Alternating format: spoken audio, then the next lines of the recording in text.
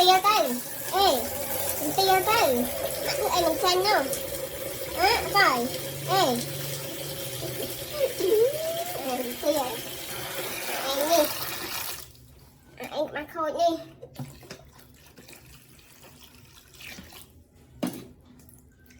em mặc khôi này nè em đi mặc khôi vậy sao bị đồ nào bằng mã rồi nè đây con đây ây da rồi rồi